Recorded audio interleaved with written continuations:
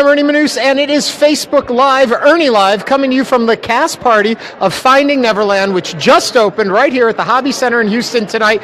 With me is Walt Cyprian, who's my name tag aficionado. He takes care of our guests. And Walt, who do we have with us tonight? We have Billy Harrigan-Tighe. Did I say that right? You nailed it. Really, or did he get it wrong? No, he did. I have a hard name First too. in years. And he's Barry. He's the guy who wrote, well, we'll explain it in 1 second. Who's the other guest? Christine Dwyer. There's your name tag, honey. Honey. All right, so Finding Neverland. One question, people. Now remember, we're taking your questions, so make sure to add them to Facebook Live while we're going live. But one thing people ask me is, so what are the shows about you're seeing? We love that you talk with the cast, but what's the show? Finding Neverland, pretty easy to sum up. It's the writing of Peter Pan, basically. Absolutely. I think many people know Peter Pan. We hope they've heard of that one. Everybody knows some rendition of Peter Pan, or the story, or the musical, or the movie, or the play itself. But the show is really about Jay and Barry and Sylvia Llewellyn-Davies and her family, and how the meeting of these two people and the melding of their families really created an artistic impulse to create Peter Pan. And so you two are our leads. You, of course, play Barry, and you are the mom of the kids. I am. Yeah.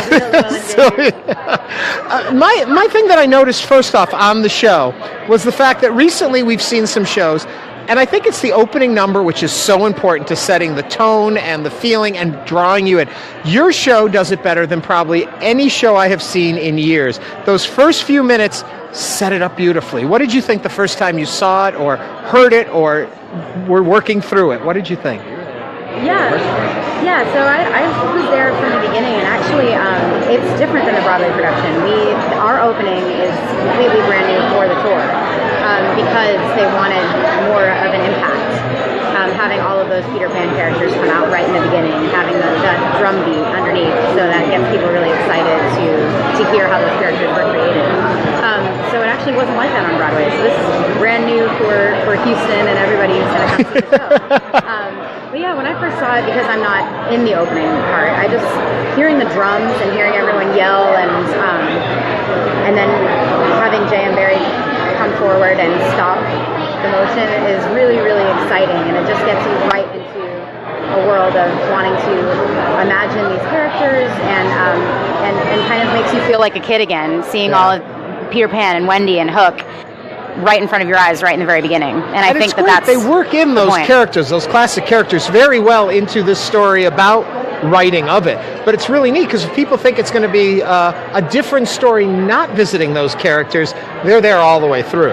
Yeah, absolutely. And you figure out who has inspired him to write which characters throughout our show. Okay, Billy. How accurate is the story you're doing to the real story of the writing of Peter Pan? I think there's a lot of similarities. Obviously, there wasn't as much pop music in 1904. Other than the dance numbers. We've had some liberties taken with it for sure. But, a lot of the core base of the relationships between Sylvia and the boys and Silka and Barry and Froman and most of the characters in the show were all characters that existed and people that inspired this piece that we all know. Well, speaking about inspiring people, hopefully we've inspired a few people to send in some questions. Walt, what do you have for us? Okay, here's a question from Margie. Is there a stage door where I can meet the actors? Yes, there is, Margie. But we arrived today, and I will say that we had a hard time finding it ourselves. But it is on the back side of the building on, is it Bigby Street? Or Bigby. Did I get Bagby. Bigby. I live here and I don't know what it is. I knew. Yeah. But if you were to find someone after the show, an usher, I'm sure they would be happy to point you in the right direction. And we'd be happy to sign your playbills, take a picture, whatever you guys want. Is it kind of fun to be out on the road and see people in different towns reacting differently to shows when you bring them to them? Do you want me to take this one, Billy? You tell when he's done, he passes the mic on. Yeah, it's super fun. I mean, it's really cool to see different cities that you haven't been to. The last time I was in Houston was 10 years ago, so I don't even, and it was for a very short time, so I don't even remember much of it.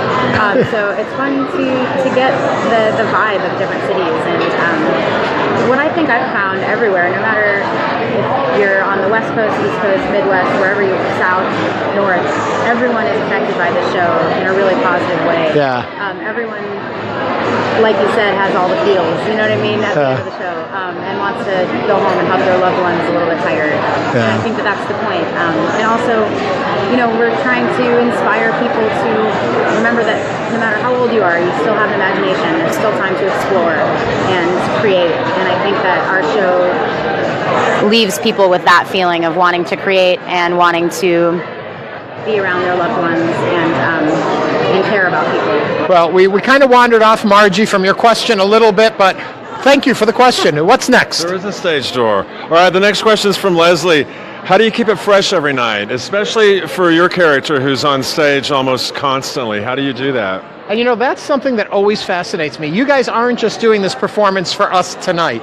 You're doing it tomorrow night and the next day and the next day, and it goes on for months. There's got to be times where you're like, how do you keep it fresh? Well, I think that's the greatest challenge of any actor that's working on stage is how do you approach your work every night and find it organic for yourself and for everyone else. But I think when you're working with 30 plus people and everybody has an artistic input into the show, it's impossible for it to be exactly the same every night.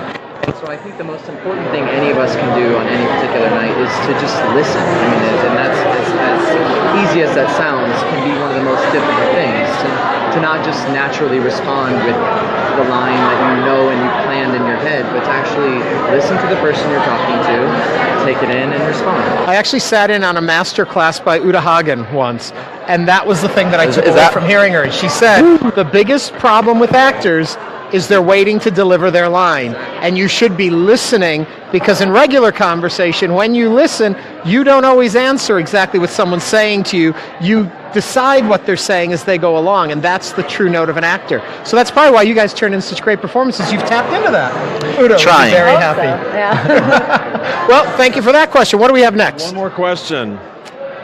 And to prepare for this role, do you connect with your inner child? And if not, how do you prepare? Who sent that question? That was sent in by Veronica. Okay, Veronica. So it's a I feel lot like about being a probably child. for me, right? Yeah, probably. There's a lot about being a child. There's a lot about finding your inner child.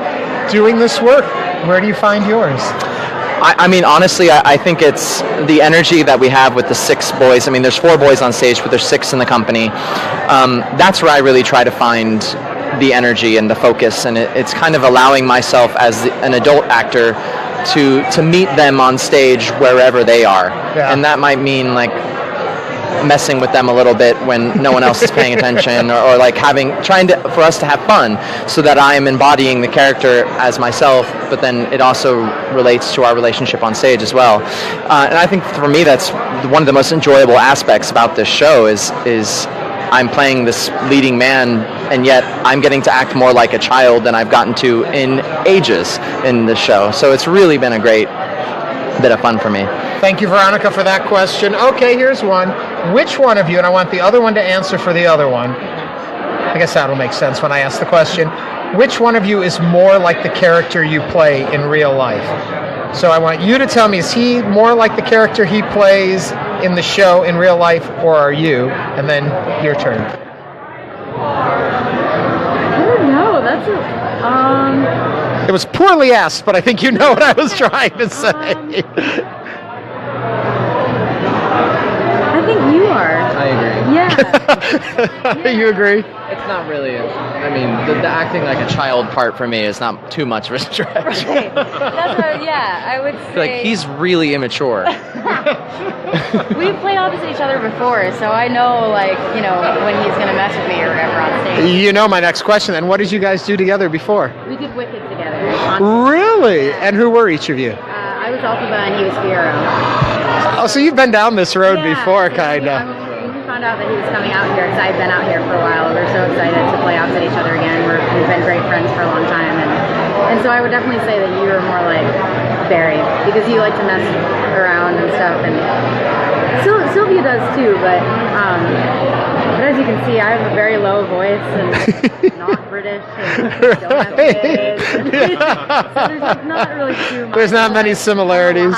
Yeah. We're not making any reference to that or pointing out what she just said. We're letting that go because you want to come see Neverland. Tell me this. We have one more question. I saw you said we were out of questions, but another one came because we're taking them from Facebook Live. So keep writing. We have another, and I don't know who this is from, but do you rehearse each day before performing?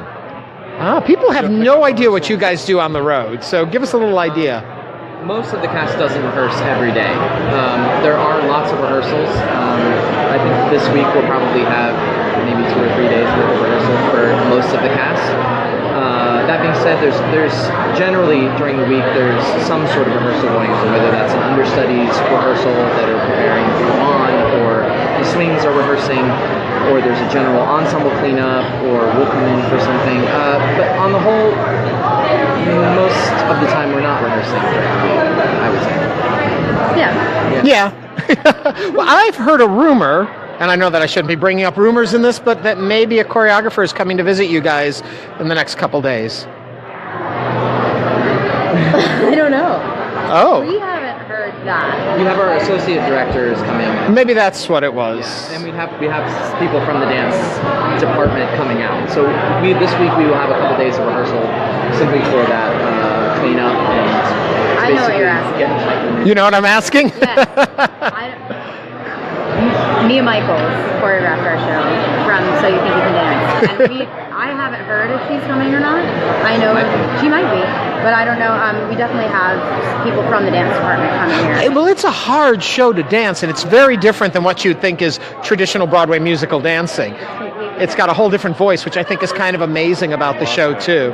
Loved the choreography. Loved every minute of it. It was really good. Yeah, it is. You're totally right. And because this was her first show that she had choreographed. Really? On a Broadway scale. So yeah. It is completely different than anything that's out there. And our dancers are amazing and do her choreography better than anybody else could. You know? And I think the point of my question, too, is to illustrate the fact that there is constantly people coming in and working with you and keeping the show. So when you see a show on tour, don't think you're seeing a tour. You're seeing something that's at the Broadway level caliber, and it's being worked on, and it's kept sharp. And when somebody new comes into the cast, they get all the training you would get if you were doing it back in New York. Yeah, absolutely. Our director, Diane Paulus, who has had a bunch of shows on Broadway, really successful. She comes out a lot and works with us, and she was there with us through the whole rehearsal process. So it's very much taken from Broadway and brought to your home. Well, Christine, Billy, thank you guys for I know you've got a whole party going on behind us that you want to get to. Thank you for sitting down with us and having a chat. Thank you. Oh, my Lord, such actors. Anyway, we'll be back next time. Keep watching on Facebook Live to see when the next Ernie Live is going to be and what we're going to do next. It may actually be Fun Home. We'll tell you more later. Thanks for watching. Say bye, Walt. Bye, Walt. Bye-bye.